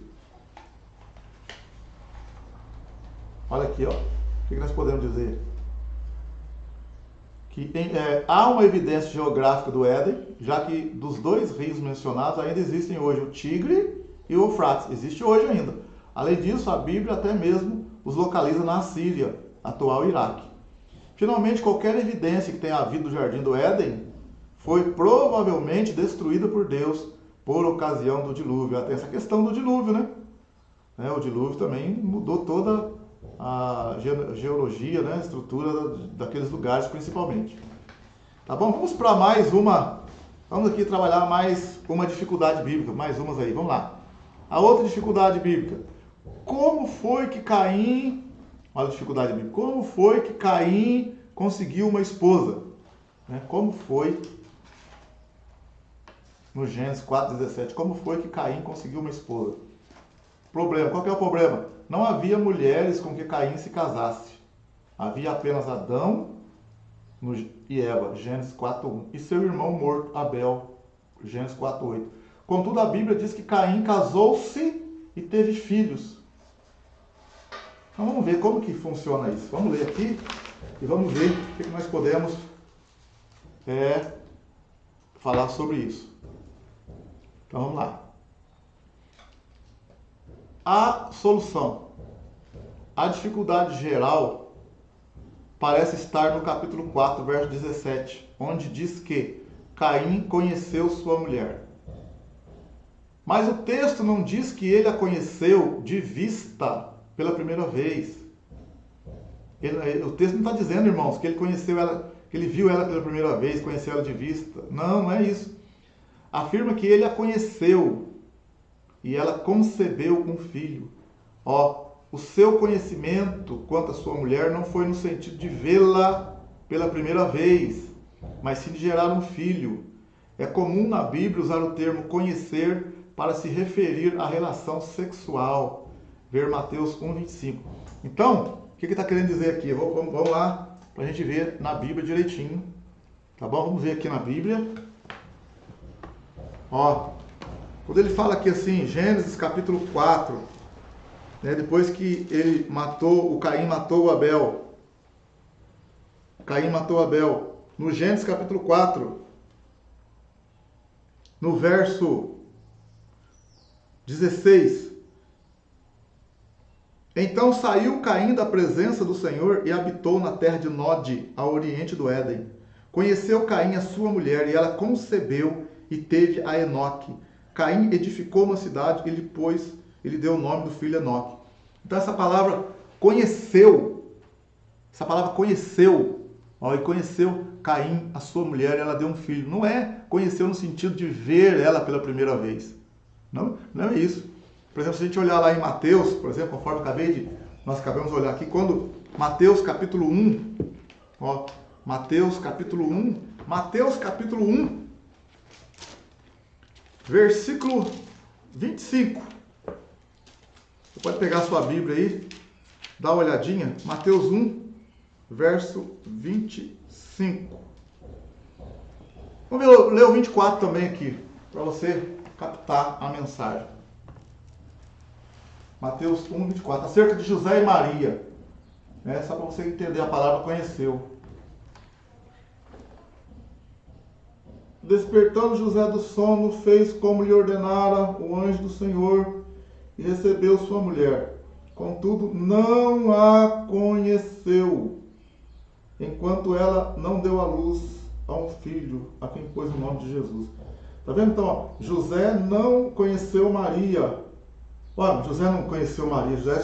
José era noivo dela, como é que ele não conhecia ela? No sentido assim de ver pela primeira vez. Não é, a palavra conhecer aqui significa não a conheceu ela até que ela deu à luz ao primeiro filho. Não teve relações sexuais com ela. Se eu olhar na outra Bíblia aqui, por isso que eu peguei. Eu estou com duas Bíblias aqui, Estou com duas Bíblias, Essa Bíblia, a Thompson, né? E a Bíblia Viva. Essa Bíblia aqui Viva. Na Bíblia Vida, né? No caso, mostra aqui, eu acabei de mostrar para vocês aqui, a Bíblia nessa versão diz que, contudo não, Mateus 1, 24, 25, contudo não a conheceu, enquanto ela não deu à luz a um filho a quem pôs o nome de Jesus.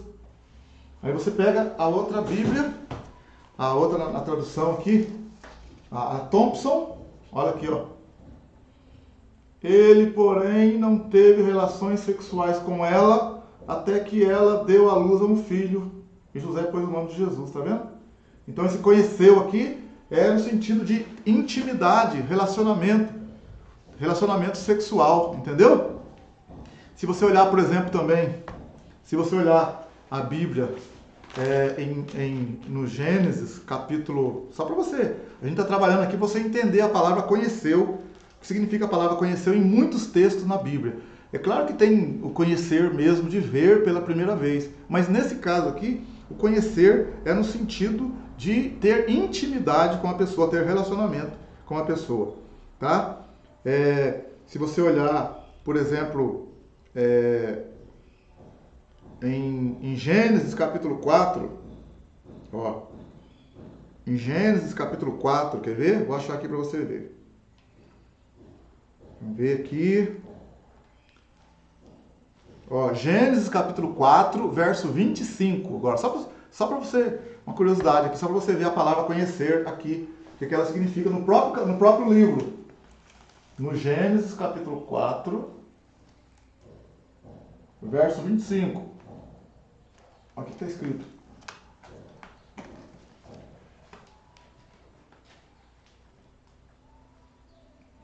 Tornou Adão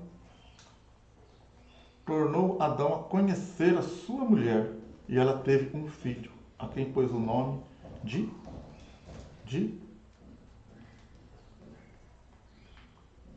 Sete. Porque disse ela, Deus me deu outro descendente em lugar de Abel, que Caim matou. Tá vendo então? Adão conheceu a Eva, conheceu ela, tornou Adão a conhecer, quer dizer, a ter intimidade com ela, a ter relações sexuais com ela. Ok? Então, quando a Bíblia fala que Caim conheceu a sua mulher, né? Quando a Bíblia fala aqui, ó, que Caim, ó, o texto diz, a dificuldade geral para estar no capítulo 4, parece estar no capítulo 4, verso 17, diz que Caim conheceu sua mulher, mas o texto não diz que ele a conheceu de vista pela primeira vez. Afirma que ele a conheceu e ela concebeu um filho. O seu conhecimento quanto a sua mulher não foi no sentido de vê-la pela primeira vez, mas sim de gerar um filho. É comum na Bíblia usar o termo conhecer para se referir à relação sexual, né, conforme eu acabei de explicar para vocês, tá bom? Então ele conheceu, ele já tinha a mulher com ele. Ele já tinha a mulher com ele apenas teve relações com ela. A Bíblia diz que Adão teve filhos e filhas. Então esse é outro ponto também, ó. Adão teve filhos e filhas. Com efeito, como Adão viveu 930 anos, no Gênesis 5:5, podemos concluir que tanto Caim quanto Sete e todos os demais filhos de Adão e Eva casavam-se ou com uma irmã sua ou com uma sobrinha. Naquele tempo os homens não se casavam tão prematuramente como nos nossos dias. E ao tempo em que Caim pensara em casar-se, havia muitas irmãs e muitas sobrinhas, o que não lhe trouxe dificuldade para encontrar uma esposa. Esse costume, o casamento entre irmãos consanguíneos, continuou por muito tempo, tanto que Abraão casou-se com sua meia-irmã Sara, Gênesis 20:12. Posteriormente, pelo degenerar-se da raça humana, essa prática foi proibida. Levítico 18. Aí Moisés proibiu, né? Deus por meio de Moisés proibiu o casamento entre parentes. Mas no tempo de Adão e Eva isso não era pecado, não tinha a questão da degeneração da raça humana ainda. A Bíblia é muito clara em afirmar que toda a raça humana descendeu de Adão e Eva. E, portanto, qualquer teoria contrária não passa de mera conjectura, que não possui base hebraica, base bíblica. Está escrito na Bíblia, de um só, em Atos 17:26, está escrito assim, de um só fez ele todos os povos, para que povoassem toda a terra, tendo determinados tempos anteriormente estabelecidos e os lugares exatos em que deveriam habitar. Então, Lucas escrevendo em Atos 17 fala, né, que Deus, Paulo dizendo lá que Deus, por meio de um, fez todos os povos, que por meio de Adão e Eva fez todos os povos. Então, meu querido, com quem Caim casou-se? Caim casou ou com uma sobrinha sua ou com uma de suas irmãs. Quando a Bíblia fala que Caim conheceu a sua mulher, né, ele já tinha, Adão e Eva já teve filhos e filhas. Lá no Gênesis capítulo 5 fala, Adão e Eva teve filhos e filhas. Acontece que, pelo fato do que aconteceu, né, no caso de Caim ter matado Abel, que foi o primeiro homicídio, isso está registrado no capítulo 4.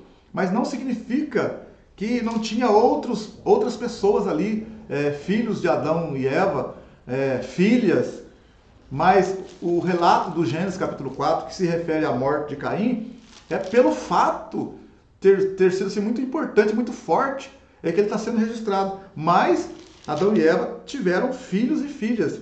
Se você ver Gênesis capítulo 5, no verso 1 e 2, 1 em diante, ó, esse é o livro das gerações de Adão. No dia em que Deus criou o homem, a semelhança de Deus o fez. Vou colocar aqui para você captar melhor junto comigo, tá bom? Para a gente poder andar juntos aqui. Olha para você ver, ó. No Gênesis 5. Este é o livro das gerações de Adão. O livro está contando a história de Adão. No dia em que Deus criou o homem, a semelhança de Deus o fez. Macho e fêmea os criou e os abençoou e os chamou pelo nome de homem no dia em que foram criados. Adão viveu 130 anos e gerou um filho à sua semelhança, conforme a sua imagem, e pôs-lhe o nome de Sete. Você vê que esse filho aqui, ó, ele veio depois, né? Do Caim e Abel. Foram os dias de Adão, depois que gerou Sete, 800 anos, e gerou filhos e filhas. Ó, filhos e filhas. Entendeu? Então Adão e Eva tiveram filhos e filhas. Provavelmente o Caim casou-se com uma de suas irmãs ou uma de suas sobrinhas. Porque ele ia casar com quem? Com alguém. Tem que ter casado com alguém que estava ali, né? Então quando fala assim que ele conheceu, que ele foi para a terra de Nod, né, e conheceu a sua mulher, não é que ele chegou lá na terra lá e conheceu, viu a mulher lá. Não. Ele levou a sua mulher com ele, ou ela já morava lá também, né, mas era solteira, mas todos descendentes de Adão e Eva. Não tem como não ter sido descendentes de Adão e Eva. Mas engraçado que a gente também fala tanto do Caim, mas se você ler comigo aqui agora, ó, se você ler também, né, no caso do Gênesis, capítulo 4, quem que, né, no versículo 25, olha para você ver, a gente fala tanto do Caim, né, com quem Caim casou, tá bom. Então vamos ver agora aqui, ó. Olha no Gênesis, capítulo 4, olha para você ver, ó, no verso 25. Tornou Adão a conhecer a sua mulher, e ela teve um filho, a quem pôs o nome de Sete. Porque disse ela, Deus me deu outro descendente em lugar de Abel, que Caim matou. Olha agora, a Sete também nasceu um filho, a quem pôs o nome de Enos. Foi nesse tempo que os homens começaram a invocar o nome do Senhor. Então, se nasceu Sete aqui, né, olha bem, se o Sete, né, se Adão conheceu a Eva, e ela teve um filho a quem pôs o nome de Sete, porque disse ela, Deus me deu outro descendente em lugar de Abel, que Caim matou. A Sete também nasceu um filho. Tá bom, então Sete casou com quem? A Sete também nasceu um filho. Tá vendo? A Bíblia não fala da mulher, mas as mulheres estavam por ali, gente. As mulheres estavam por ali, ó. Ela teve um filho chamado Sete, o Sete teve um filho, mas com quem que ela teve? Ele teve um filho? Ou com alguma mulher, filha de Adão, sua irmã ou sua sobrinha. Outra coisa interessante também aqui, se você olhar aqui, ó, quando Caim sai, né, deixa eu só, quando Caim, atenção, olha aqui, quando Caim, ele matou Abel, ele saiu, né, foi embora. Olha, você vê como que a gente, mas a Bíblia, né, tem coisa que não tem como ficar literalmente, cronologicamente em cima, irmão, não tem jeito. É a mesma coisa, eu estou aqui agora e está acontecendo um punhado de coisas paralelamente ao que eu estou fazendo agora. Então, como que a gente vai colocar em ordem cronológica o que eu estou fazendo, como outras coisas que estão acontecendo no mesmo momento em outros lugares? Você quer ver? Quando Caim saiu da presença, né, de Adão e Eva ali, no caso, saiu da presença de Deus e foram morar longe, Caim casou-se e Caim teve uma geração também. Olha aqui para você ver, ó. Olha o Caim, ó. Olha para você ver o Caim.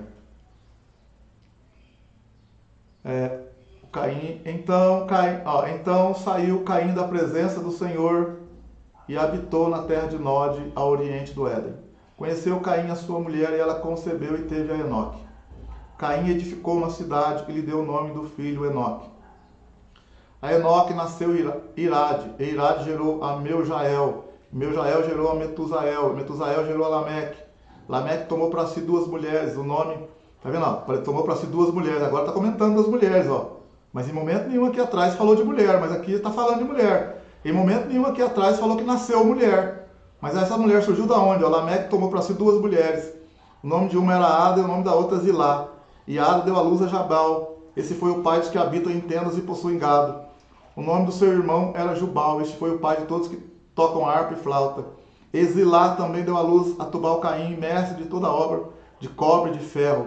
A irmã de Tubal-Caim foi Naamá. Disse Lameque às suas mulheres: Ada e Zilá, ouvi a minha voz. Vós, mulher de Lameque, escutai as minhas palavras. Matei um homem por me ferir, um rapaz por me pisar. Se Caim há de ser vingado 7 vezes, com certeza Lameque o será 70 vezes 7. Aí está escrito: tornou Adão a conhecer a sua mulher, e ela teve um filho a quem pôs o nome de Sete, que eu acabei de falar atrás para vocês.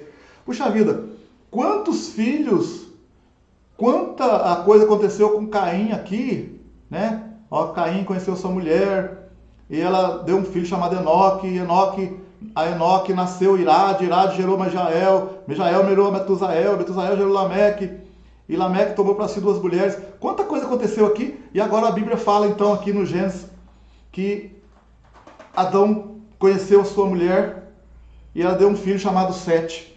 Será que o Sete veio só depois de todos os acontecimentos que se deram com Caim e a sua geração? Claro que não, gente, claro que não. É que não tem nem como colocar em ordem, porque nesse momento aqui, quando Deus fala de Caim, ele conta a história toda, quase que toda de Caim, e depois ele volta lá em Adão para falar o que aconteceu com Adão, depois que Caim saiu da presença dele. Tá entendendo? Então as duas histórias, elas acontecem de forma paralela. Por isso que quando a gente fala assim que Adão e Eva gerou filhos e filhas, é porque enquanto aconteceu os acontecimentos lá de Abel e Caim, já tinha filhos e filhas, né? E aquela história foi contada também. Quantos anos tinha Abel? Quantos anos tinha Caim quando aconteceu aquele fato? A Bíblia não relata. Entendeu? Quantos anos tinha Abel, nem quantos anos tinha Caim. Mas de forma resumida aqui quero falar para você que Caim casou com uma de suas parentes ali, ou irmã, ou sobrinha, não tem outro jeito. Tá ok? Tranquilo? Maravilha? Vamos para mais uma questão aqui.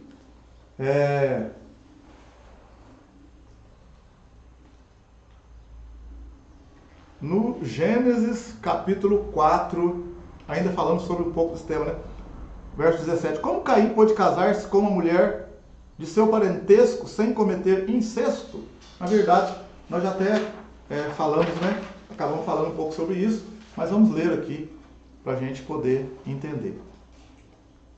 Problema: se Caim casou-se com uma irmã, isso é incesto, o que a Bíblia condena em Levítico 18:6.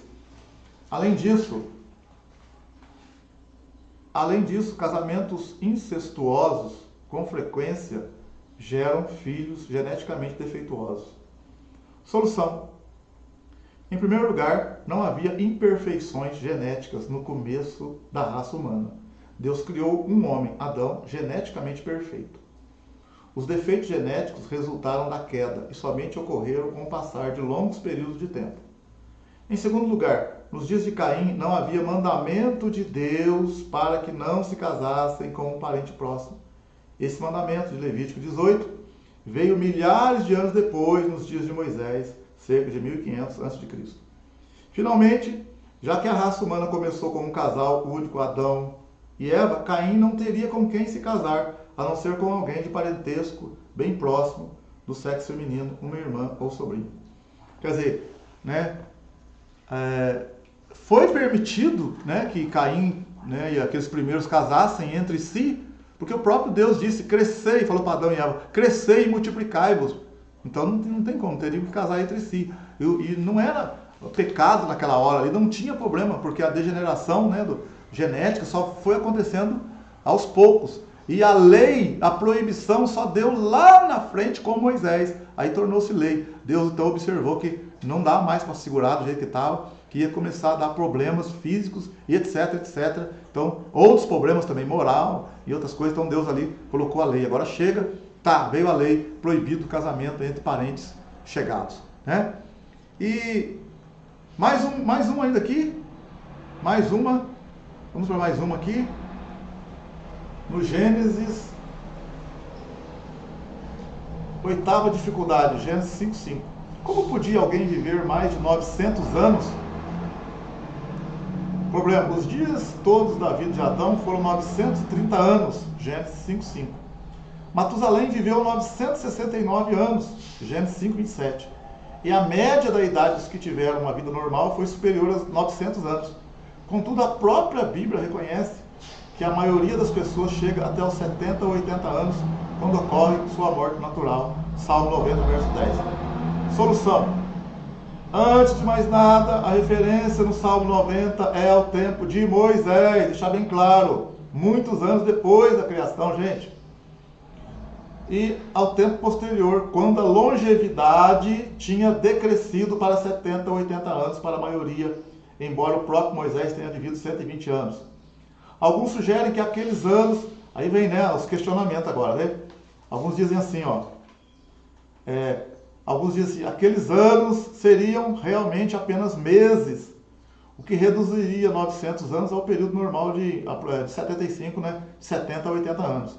Entretanto, isso não é plausível por duas razões. Então, se a pessoa falar assim, não, mas lá não é anos, literalmente, não, é meses, igual teve um argumento assim que era meses. Mas se for por esse caminho, aí vai complicar um pouco. Por quê? Olha bem para você ver. Por quê? Por quê? Vamos lá. A primeira é que não há precedentes algum no Antigo Testamento que tome a palavra ano com sentido de mês. Tá? Então, não tem no Antigo Testamento a palavra... Quando a palavra é ano mesmo. É mês, mas não é... Não tem... Entendeu? É ano.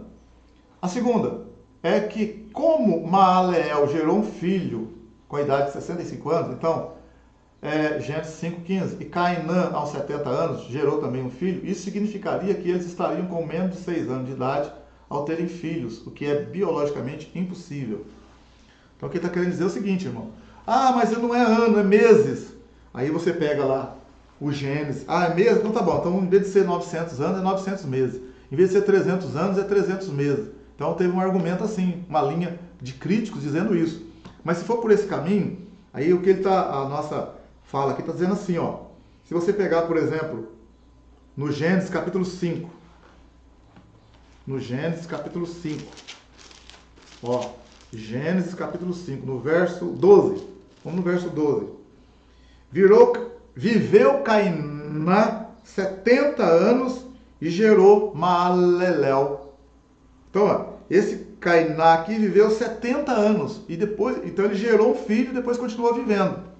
Se os anos não são anos, são meses, você pegar 70 anos e dividir, então, se você colocar, em vez de 70 anos, colocar 70 meses, então divide então 70 meses por 12, 70 meses por 12, vê o que dá. Dá 5 vezes, 60 meses são 5 anos. 60 meses são 5 anos. 70 meses, fala a verdade para você ver, mais 10 meses, então não dá nem 6 anos. O que significa então? Que esse Cainã aqui, que está com 70 anos, tinha menos de 6 anos quando gerou a Maalelel. Se eu mudar a palavra anos aqui para meses, no Gênesis capítulo 5, verso 12, e eu falar que não é anos, é meses, então esse homem que tem 70 anos, que gerou um filho, então na verdade, 70 anos seria 70 meses. Ele teria 5 anos e alguns meses ali, o que seria impossível ele ter gerado um outro filho, né? Se eu pegar também aqui o Gênesis, capítulo 5, verso 15, viveu Maalelel 65 anos e gerou a Jared. Então, se eu pegar esses 65 anos e falar que esse homem que tinha 65 anos, que gerou um filho, e transformar esse 65, e falar que não é 65 anos, é 65 meses, vou cair na mesma coisa. Ele vai ter em torno de 5 anos e uns quebradinhos, quer dizer, ele tem menos de 6 anos, o que seria improvável. Então, essa teoria aqui de dizer que eles não viveram anos e que no lugar dos anos foram meses, ela fica furada já nessa primeira explicação aqui. Voltando aqui,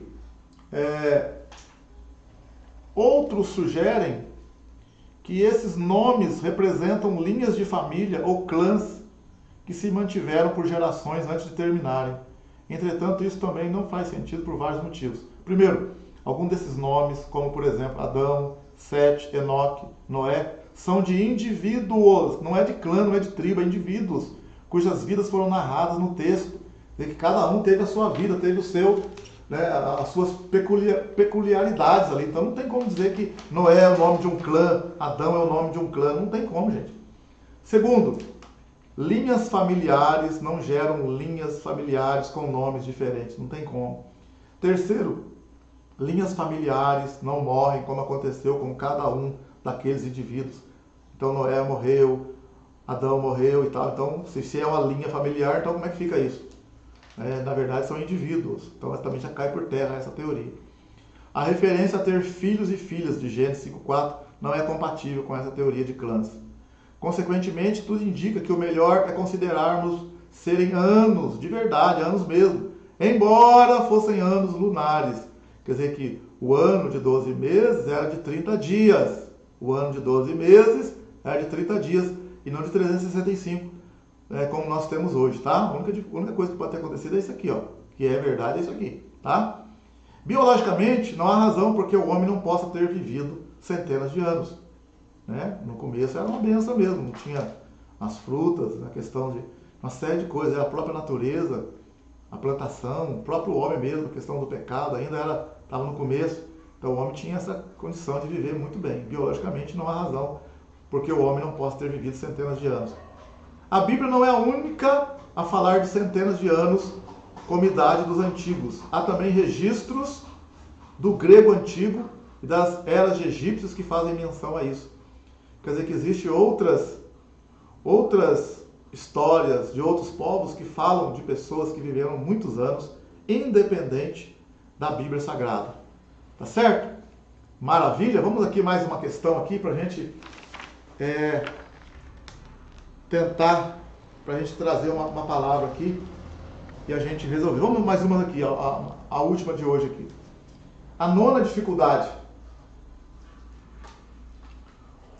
Os filhos de Deus, aqui, Gênesis 6:2, os filhos de Deus eram anjos que se casaram com mulheres, né? Então, quando a gente lê lá no Gênesis capítulo 6, verso 1, quando os homens começaram a multiplicar-se sobre a terra, e lhes nasceram filhas, viram os filhos de Deus que as filhas dos homens eram formosas, e tomaram para si mulheres de todas as que escolheram. Então disse o Senhor: não permanecerá o meu espírito para sempre com o homem, pois esse é mortal, os seus dias serão 120 anos. Havia naqueles dias gigantes na terra, e também depois, quando os filhos de Deus conheceram as filhas dos homens, as quais lhes deram filhos. Esses foram valentes, os homens de renome que houve na antiguidade. Viu o Senhor que a maldade do homem se multiplicara sobre a terra, e que toda a imaginação dos pensamentos do seu coração era má continuamente. Então tá, aí depois veio o dilúvio e tal. Então olha aqui então a nossa dificuldade. Esses filhos de Deus eram anjos que se casaram com mulheres? A expressão filhos de Deus no Antigo Testamento é empregada exclusivamente referindo-se a anjos. Jó 1:6, 2:1, 38:7. Entretanto, o Novo Testamento nos informa que os anjos nem casam, nem se dão em casamento. Além disso, se os anjos se casassem com os seres humanos, os filhos deles seriam meio humanos, meio anjos. Mas os anjos não podem ser redimidos. Quer dizer que não há, aqui em Hebreus 2:14 fala que Deus não proveu a salvação para anjos, não há, a salvação é para homens, não para anjos, né? E os anjos que não guardaram o seu principado estão em prisões eternas, aguardando o dia do juízo. Vamos lá, solução. Vamos ver aqui, qual que é a solução então para isso? São várias interpretações possíveis. Alguns estudiosos acreditam que filhos de Deus seja uma referência a grandes homens, a varões de renome na antiguidade. Apontam para o fato de que o texto refere-se a gigantes e valentes. Ainda isso evita o problema de anjos e espíritos coabitarem com os humanos. Quer dizer, então tem um grupo de a linha de pensamento que diz que esses filhos de Deus, na verdade, eram varões de renome, eram grandes homens da antiguidade que tiveram relacionamento com os filhos de Deus, com as filhas dos homens aqui na Terra, e houve uma mistura ali também. Então, esse é um pensamento.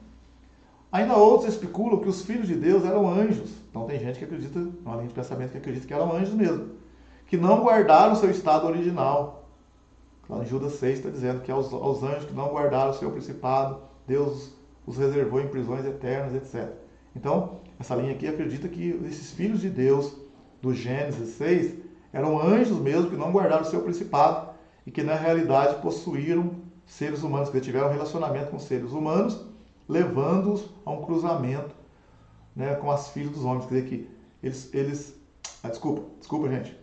Esses anjos tiveram corpos humanos, né, que na realidade possuíram seres humanos, levando-os a um cruzamento com as filhas dos homens. Eles tiveram corpos humanos e tiveram relacionamento com as filhas dos homens, produzindo assim uma raça superior, cuja semente foram os gigantes e os varões de renome.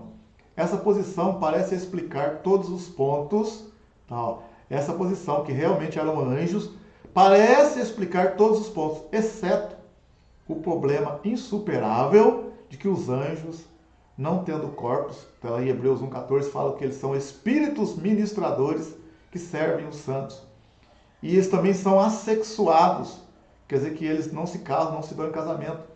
Eles não podem coabitar com seres humanos no sentido assim de procriação. Esse é um problema, né? Ainda que pareça ali que os filhos de Deus são anjos, eles barram nesse problema aqui de corpos, não terem corpos. Mas apesar que eles também, né, é interessante aqui também que eles apareceram em corpos humanos para Abraão, né? Em outras situações também os anjos apareceram em forma humana para pessoas. Mas aqui tem um mistério, né? Porque eles não casam, não estão em casamento, conforme está escrito lá, né? O próprio Mateus 22:30, o próprio Senhor Jesus fala que na ressurreição não se casam nem se dão em casamento, mas são como os anjos. Mas aqui tem um pensamento aqui, então. Então essa linha aqui acredita que essa segunda linha aqui acredita então que ali realmente eram anjos que tiveram relacionamento com as mulheres e nasceram filhos, tá? Esse é um pensamento. Tem a outra aqui agora. No lugar de insistir em que anjos tenham coabitado com seres humanos, alguns eruditos bíblicos creem que a expressão filhos de Deus seja uma referência à linhagem piedosa de Sete, através da qual viria o Redentor. Gênesis 4:26, que se entremeou com a linha ímpia de Caim. Quer dizer, os filhos de Deus aqui seriam a descendência de Sete, que veio para substituir o Caim, o Abel. Então, esses filhos de Deus seriam os descendentes de Sete, de onde veio o Senhor Jesus. Se você puxar a linhagem de Jesus, for voltar atrás, que Jesus nasceu de Maria, Maria nasceu não sei de quem, for voltar atrás, vai cair lá em Sete. Então, que essa linhagem de Sete seriam chamados de filhos de Deus, e os filhos de Caim, porque Caim se separou, saiu da presença do Senhor, então que Caim se rebelou com o Senhor e a sua descendência. Então houve a mistura entre os filhos de Deus, os descendentes de Sete, e os filhos de Caim. Então, aqui está dizendo que essa linha de pensamento, ela se coaduna com o texto imediato, quer dizer, é a que mais encaixa. Por quê? Vamos ver aqui. Porque, segundo essa linha teológica, né, vai evitar todo o problema decorrente da interpretação de que eram anjos. Está de acordo com o fato de que os seres humanos também são mencionados no Antigo Testamento como filhos de Deus. Quer dizer que no Antigo Testamento menciona os homens, né, também, os próprios seres humanos, como filhos de Deus também. Então nós temos aqui três interpretações no caso, né? Três interpretações no caso. Mas, né? Nós temos então aqui três interpretações. A primeira, repetindo aqui, é que no Gênesis 6, Gênesis 6, versículo 2, viram os filhos de Deus que as filhas dos homens eram formosas e tomaram para si mulher de todas as que escolheram. Então nós temos aqui que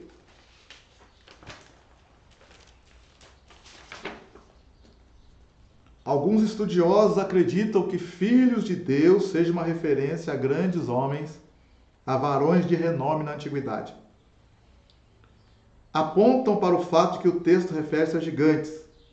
Então está falando assim que os filhos de Deus, os gigantes, tal, se casaram com as filhas dos homens e Deus não se agradou disso. Isso é um pensamento, está bem fraquinho, mas é um pensamento.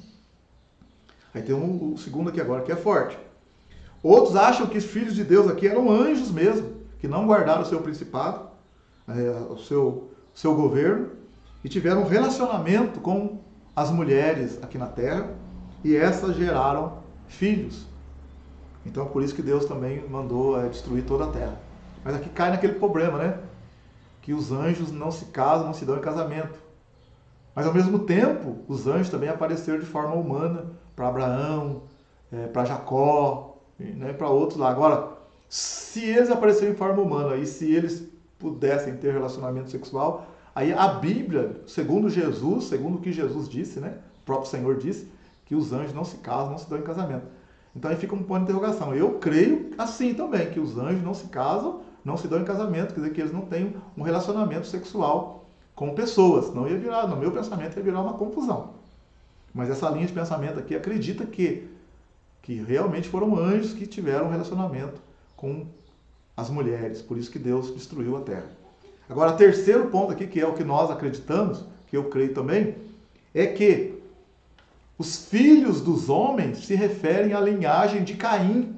Porque Caim, quando matou Abel, se afastou da presença do Senhor e teve uma geração toda rebelde, revoltosa. Agora, os filhos de Sete, né, lá quando Adão e Eva tiveram o filho Sete, que substituiu, no caso, o Abel, ele teve um outro filho chamado Enos. E a partir dali os homens começaram a invocar o nome do Senhor. A linhagem de Sete foi uma linhagem piedosa, que andou na presença de Deus. Até então eles se contaminarem, se misturarem com a linhagem de Caim. Então, onde houve a iniquidade, aumentou o pecado, e Deus então destruiu a terra por meio do dilúvio, separando ali, no caso, Noé, sua esposa e seus filhos com as suas noras. Aí talvez você possa falar assim, mas a questão dos gigantes. Mas se você olhar bem o texto ali no Gênesis capítulo 6, no verso 2, está dizendo assim, viram os filhos de Deus que as filhas dos homens eram formosas e tomaram para si mulheres de todas as que escolheram. Então disse o Senhor, não permanecerá o meu espírito para sempre com o homem, pois esse é mortal, os seus dias serão 120 anos. Havia naqueles dias gigantes na terra, e também depois, quando os filhos de Deus conheceram as filhas dos homens, as quais lhes deram filhos. Esses foram valentes, os homens de renome que houve na antiguidade.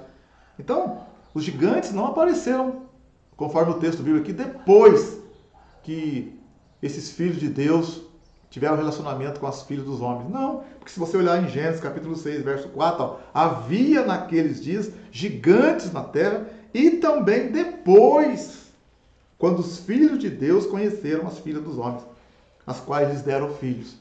Então nós temos aqui essas três linhas de pensamento. E a que mais está assim, batendo com o nosso pensamento aqui é de que os filhos de Deus aqui eram filhos de Sete, descendentes de Sete, que se misturaram com a descendência de Caim, que se havia afastado do caminho do Senhor, que estavam rebeldes. Os descendentes de Sete, se você pegar ali, é a linha que vai até o nascimento do Senhor Jesus. Você pegar Jesus e voltar também, Jesus nasceu de Maria, Maria era filho não sei de quem, que era filho não sei de quem, vai passar por Sete e chegar até Adão. Então, essa linhagem de Sete, no nosso entendimento, é chamada de filhos de Deus. E a linhagem de Caim é os filhos dos homens, né? Então, os filhos de Deus, né? Quer dizer, da linhagem de Sete, viram as filhas dos homens, se misturaram com as mulheres de Caim, e aí aumentou a iniquidade, aquela coisa toda, então veio o dilúvio. Esse é um pensamento, tá bom? É mais uma linha aí. Você vê que é cheia de mistérios, alguns textos bíblicos, mas nós estamos aqui tentando trabalhar para ver o que nós, onde nós podemos chegar. Tá bom, gente? Então, por hoje a nossa aula, nós vamos terminando a nossa aula aqui, tá bom? Ficamos por aqui. Deus abençoe vocês. Tenham um ótimo dia, um ótimo final de semana. Até a próxima, com a permissão do Senhor. Deus abençoe. Amém. Aleluia.